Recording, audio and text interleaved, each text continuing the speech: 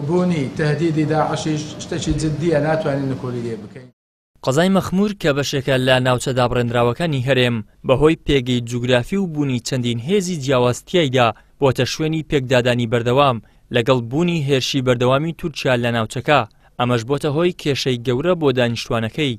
گوندنشین و جوتیارانی قەزای مەخموریش باز لە ترس و نیگەرانیەکانیان دەکەن و دەڵێن بەیانیان دەچین بۆ گوندەکانمان و ئێواران دەبێت بگەڕێنەوە بۆ مەخمور بەهۆی ترسی هێزە چەکدارەکانەوە. دەشڵێن بەشێکی زۆر لە گوندەکان چۆڵ کراون، تەنها چەند ماڵێک لە بەشێک لە گوندەکان نەبێت، ئەویش بەهۆی بوونی هێزی ئەمنی ناوچەکە. ئەمە میوانین دەزانی کو بە ڕۆژ لەوەینە مەغریب دەهات پێشی مەغریبێ دەبی لە گوندی چۆرکەین بێنە مەخموری دانیشین لێرە گازیشمان نادەنێ لۆ تەرەکتەری گازمان نادەنێ لۆ دەڕاستەی تێگەیشتی پارەشمان مایە لە سایلۆی ناماندنێ پارەی 14 و 15 و 16شمان ئەوە مایە ئەوە ناماندنێ فەلاعیش هەیە ترمبێری خۆی فرۆشتیە دایتیوە ئەو قەردانە.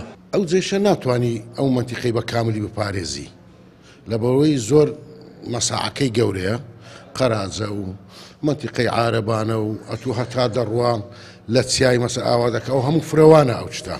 ئێستا ئەوە ناتوانانی ینی پێویستی بە قوتێکی پێشمەرگەی هەیە کە بێ لەو منتیقانە مشارەکە بکە لەگەر ئەو جێشەی. ڕووی ئەمنی ئەمە لە هەزار ئێستا کە لە گوندینە یعنی سبەینان دەچین بەعام یعنی چەند گوندێک نەبیتن چەند مارەش تێدا ماویش بە حکمەوەی ڕەبایەکی عسکەری لێیە بۆ حارە دەمێنێنەوە. بنسبة دەمە سبەینان زوو دەچین هێوارەکەی یعنی لەگەڵ مەغریب دەبتە معاتە جەول دەبی بێەوە ناتوانین لە گوندی بمێنێ. ئەمە دیاردێکی چەکداری زۆر ڕۆژانە لە ناو بازاڕەکەمان هەیە و هێزەکان. لیژنەی ناوچە کوردستانیەکانی دەرەوەی ئیدارەی هەرێم سەردانی قەزای مەخموری کردووە و لە نزیکەوە لەگەڵ دانیشتوانی قەزاکە و پێکهاتەکانی گفتوگۆیان کرد بەتایبەت سەبارەت بە دۆخی ئەمنی و کێشەی جوتیاران و ئەو هێرشانەی لەو ناوچانە دەکرێن. ئێمە وەکو لیژنەی پەیوەندیدار بە ناوچە کوردستانەکان مەخموریش یەکێک لەو ناوچانە حیساب دەکرێت. ئێمە لە نزیکەوە گوێمان لە هەموو کێش و گرفتانە گرت کە ڕوبەڕوویان دەبنەوە چ لە ڕووی ئەمنیەوە و لە ڕووی هێرشەکانی داعشەوە بێت چ لە ڕووی خزمەتگوزاریەوە بێت کە بەعزێکیان سەر بە حکوومەتی هەرێمی کوردستانن دەکرێت چارەسەری بۆ بدۆزێتەوە چ هەندێکیان سەر بە پارێزگاینەوەن ئەویش بە هەماشەوە لە ڕێگای ئەو هەماهەنگی کە هەمانە چارەسەرێکیان بۆ بدۆزێتەوە هەمووشیان بە بڕیارێک دەکرێت چارەسەری بۆ بکرێت.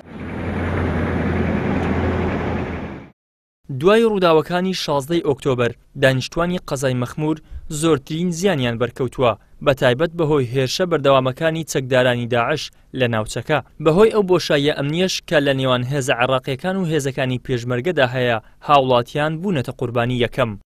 ئیدریس محەممەد، کەناڵی ئاسمانی پەیام، هەولێر.